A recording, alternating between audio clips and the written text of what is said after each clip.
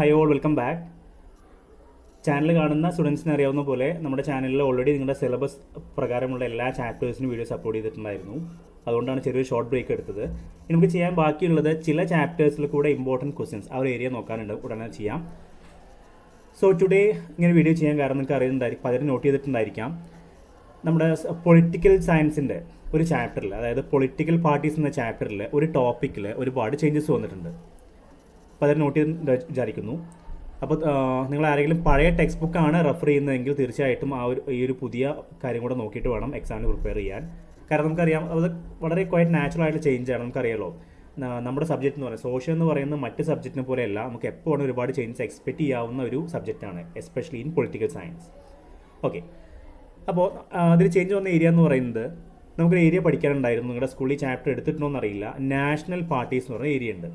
അവിടെ കഴിഞ്ഞ വർഷം വരെ നമുക്ക് 7 നാഷണൽ പാർട്ടീസാണ് പഠിക്കാനുണ്ടായിരുന്നത്.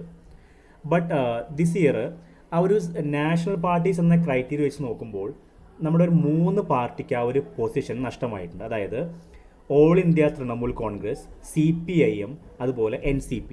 ഈ 3 പാർട്ടിക്ക് നാഷണൽ പാർട്ടീസ് എന്ന പൊസിഷൻ നഷ്ടമാവുകയും അതിന് പകരം നമുക്ക് 2 പാർട്ടീസ് അതിലേക്ക് വന്നിട്ടുണ്ട്. സോ ഇൻ ഷോർട്ട്, ഈ വർഷം നമുക്ക് പഠിക്കാനുള്ളത് ടോട്ടൽ 6 നാഷണൽ പാർട്ടീസാണ്. സോ അതിൽ പുതുതായിട്ട് വന്നിട്ടുള്ളത് ആം ആദ്മി പാർട്ടിയും അതുപോലെ വേറൊരു പാർട്ടി ആയിട്ടുള്ള NPP എന്ന് പറയുന്ന പാർട്ടിയുമാണ്. നമുക്ക് നോക്കാം ഫസ്റ്റ്. ഓക്കെ, ഇനി നമുക്ക് ഫസ്റ്റ് പാർട്ടി ആയിട്ടുള്ള AAP നോക്കാം. ആം ആദ്മി പാർട്ടി നിങ്ങൾക്ക് പലർക്കും കേട്ട് പരിചയമുള്ളൊരു പാർട്ടി ആയിരിക്കും AAP. എനിക്ക് തോന്നുന്നു ഈ പാർട്ടിയൊക്കെ അതിൻ്റെ ലീഡർ ഒന്നുകൂടെ പോക്കറാണ് അല്ലേ, പലർക്കും അറിയേണ്ടതായിരിക്കും, Arvind Kejriwal. Presently he is the chief minister of Delhi and unfortunately he is in jail now.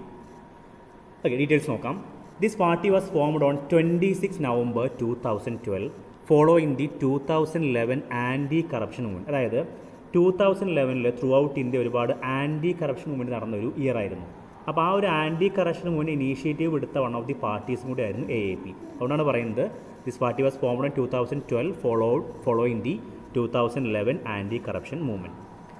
ഇനി ഈ പാർട്ടിയുടെ ഐഡിയോളജി നോക്കുകയാണെങ്കിൽ ഈ പാർട്ടിക്ക് വേണ്ടിയിട്ട് 4 ഐഡിയോളജിയാണ് വരുന്നത്.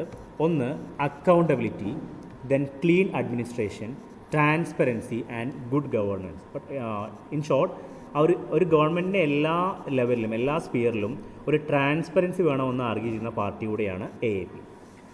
ഇനി നമ്മൾ പറഞ്ഞു AAP ഫോം ചെയ്തത് 2012 അപ്പോൾ ആ സമയത്ത് ഇതൊരു റീജിയണൽ പാർട്ടി മാത്രമായിരുന്നു. But within 1 year, in the year after the formation, AAP emerged as the second largest party in the Delhi Legislative Assembly election. വളരെ പെട്ടെന്ന് തന്നെ ഒരു ഡൽഹിയിലെ ഒരു സെക്കൻഡ് ഇമ്പോർട്ടൻ്റ് ആയിട്ടുള്ള പാർട്ടി ആയിട്ട് മാറാൻ വരെ AAPക്ക് പറ്റിയിട്ടുണ്ട്. മാത്രമല്ല, it formed a government in Delhi with the support of Indian National Congress. INCയുടെ സപ്പോർട്ട് കൂടിയാണെങ്കിൽ പോലും വളരെ പെട്ടെന്ന് തന്നെ ഡൽഹിയിൽ റൂളിംഗ് പാർട്ടിയായിട്ട് മാറാൻ കൂടി AAPക്ക് പറ്റിയിട്ടുണ്ടായിരുന്നു. ഈ ഡൽഹിയിലെ കാര്യം മാത്രമല്ല, Gujarat, it also emerge as is third friend in the politics of Gujarat after 2022 election. അപ്പോൾ ഗുജറാത്തിലെ കൂടെ ഒരു ഇമ്പോർട്ടൻ്റ് ആയിട്ടുള്ള തേർഡ് ഇമ്പോർട്ടൻറ്റ് പാർട്ടി ആയിട്ട് മാറാൻ AAPക്ക് പറ്റിയിട്ടുണ്ട്. ഇനി പ്രസൻറ്റ് സ്റ്റാറ്റസ് നോക്കുകയാണെങ്കിൽ presently AAP formed government in Punjab and Delhi. ആ 2 സ്റ്റേറ്റിലെയും ഗവൺമെൻറ്റാണ് ഫോം ചെയ്തിട്ടുണ്ട് AAP. ഇനി നിങ്ങളുടെ ടെക്സ്റ്റ് ബുക്ക് കൊടുത്ത ഡാറ്റ എന്ന് പറഞ്ഞാൽ 2019 ലോക്സഭ ഇലക്ഷനിലെ പെർഫോമൻസ് ആണ്. അത് വെച്ച് നോക്കുമ്പോൾ AAPക്ക് വളരെ ഒരു സീറ്റ് മാത്രമേ കിട്ടിയിട്ടുള്ളൂ. ഇത് Lok Sabha election held in 2019 it secured only 1 seat. പക്ഷേ അത് മാത്രമല്ല, നമുക്കറിയാലോ, നമ്മൾ ആ ഒരു ഫോർമേഷൻ ഇയർ മുതൽ 2024 വരെ ലാസ്റ്റ് ഇലക്ഷൻ വരെയുള്ള പെർഫോമൻസ് നോക്കിയിട്ടാണ് നമ്മൾ തീരുമാനിക്കുന്നത് ആ ഒരു പാർട്ടി നാഷണൽ പാർട്ടിയാണോ എന്നുള്ളതൊക്കെ. അപ്പോൾ അങ്ങനെ ആ ഒരു ക്രൈറ്റീരിയ ഫുൾഫിൽ ചെയ്തുകൊണ്ടാണ് AAPക്ക് ആ ഒരു പൊസിഷൻ കിട്ടിയത്. ഇനി സിമ്പിൾ നോക്കാൻ പലർക്കും അറിയേണ്ടതായിരിക്കും. സിമ്പിൾ എന്ന് പറയുന്നത് ബ്രൂമാണ്, ചൂലാണ്. നമുക്കറിയാലോ, അവരുടെ മെയിൻ ഐഡിയ എന്ന് പറയുന്നത് ഒരു ക്ലീൻ അഡ്മിനിസ്ട്രേഷൻ, ട്രാൻസ്പെറൻസി ഒക്കെയാണല്ലോ. അപ്പോൾ അതുകൊണ്ട് തന്നെ ആയിരിക്കാം ഒരു സിംബോളിക്കായിട്ട് ആ ഒരു ബ്രൂം അവർ സിമ്പിളായിട്ട് സെലക്ട് ചെയ്ത്. ഓക്കെ, സോ അത്രയാണ് AAP പറ്റി പറയാനുള്ളത്. ഇനി അടുത്ത ചേഞ്ച് വന്നതിൻ്റെ പാർട്ടി എന്ന് പറയുന്നത് national people's party, otherwise known as NPP. ഈ പാർട്ടിയും വളരെ ലേറ്റസ്റ്റ് ആയിട്ട് വന്നൊരു പാർട്ടിയാണ്. പഠിക്കാൻ എളുപ്പമാണ്, കാരണം നമ്മൾ പഠിച്ചിട്ടുണ്ടല്ലോ, 2012 AAP ഫോം ചെയ്തത്. സോ വെരി നെക്സ്റ്റ് ഇയർ, അതായത് 2013 എക്സാക്റ്റ് പറയുകയാണെങ്കിൽ ജൂലൈ 2013 ഈ പാർട്ടി ഫോം ചെയ്തിട്ടുള്ളത്. ഇനി ഈ പാർട്ടിയുടെ ഫൗണ്ടേഷൻ ലീഡറുടെ പേര് പ്രത്യേകം ടെക്സ്റ്റ് ബുക്കിൽ മെൻഷൻ ചെയ്തിട്ടുണ്ട്. സോ നമുക്കൊരു MCQ ആയിട്ടൊക്കെ എക്സ്പെക്ട് ചെയ്യാവുന്ന ക്വസ്റ്റ്യനാണ്. PA സാങ്മയാണ് ആ ഒരു പാർട്ടിയുടെ ലീഡർ എന്ന് പറയുന്നത്, PA സാങ്മ. ഇനി ഈ ഒരു പാർട്ടിയുടെ ഒരു യുണീക്ക് ഫീച്ചർ എന്ന് പറയുന്നത് NPP is the first political party from north eastern India to have attain the status of a national party.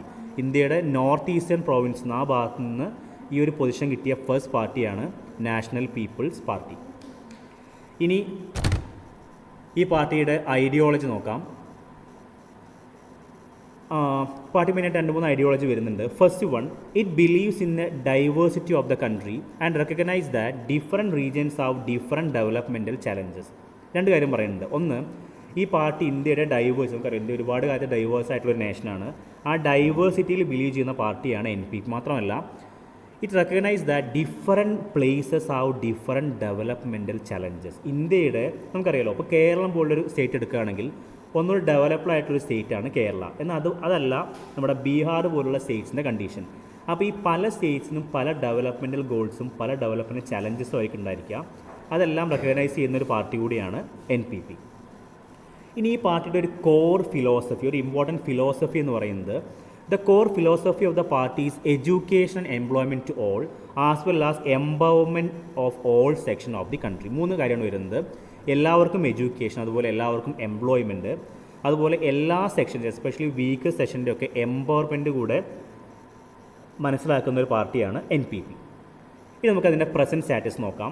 It formed government in Meghalaya and has presence in many of the north eastern state. Already പറഞ്ഞ കാര്യം north east States വന്നൊരു പാർട്ടിയാണ്. അതുകൊണ്ട് തന്നെ മേഘാലയയിലെ government form ചെയ്തിട്ടുണ്ട്. മാത്രമല്ല almost എല്ലാ north eastern സ്റ്റേറ്റ്സിനും വളരെ നല്ല ഹോൾഡുള്ളൊരു പാർട്ടി കൂടിയാണ് NPP. ഇനി പ്രസൻറ്റ് ഒരു പെർഫോമൻസ് നോക്കുകയാണെങ്കിൽ 2019 പെർഫോമൻസ് നോക്കുകയാണെങ്കിൽ NPPക്ക് 1 സീറ്റ് മാത്രമാണ് ലോക്സഭയിൽ കിട്ടിയത്. നേരത്തെ പറഞ്ഞ പോലെ AAPക്കും 1 സീറ്റാണ് കിട്ടിയിട്ടുണ്ടായിരുന്നത്. എന്നാലും മറ്റ് ഇയറിലെ പെർഫോമൻസ് ബേസ് നോക്കുമ്പോൾ ഈ പാർട്ടിക്ക് അവർ നാഷണൽ പാർട്ടി എന്നുള്ള സ്റ്റാറ്റസ് കിട്ടിയിട്ടുണ്ടായിരുന്നു. അപ്പോൾ ഇത്രയാണ് നമുക്ക് ചേഞ്ചസ് വന്ന 2 പാർട്ടീസ്. ബാക്കിയുള്ള പാർട്ടീസ് നമ്മളെ വീഡിയോ ഓൾറെഡി ചെയ്തിട്ടുണ്ടായിരുന്നു, അത് റെഫർ ചെയ്യാവുന്നതാണ്. Thanks for watching.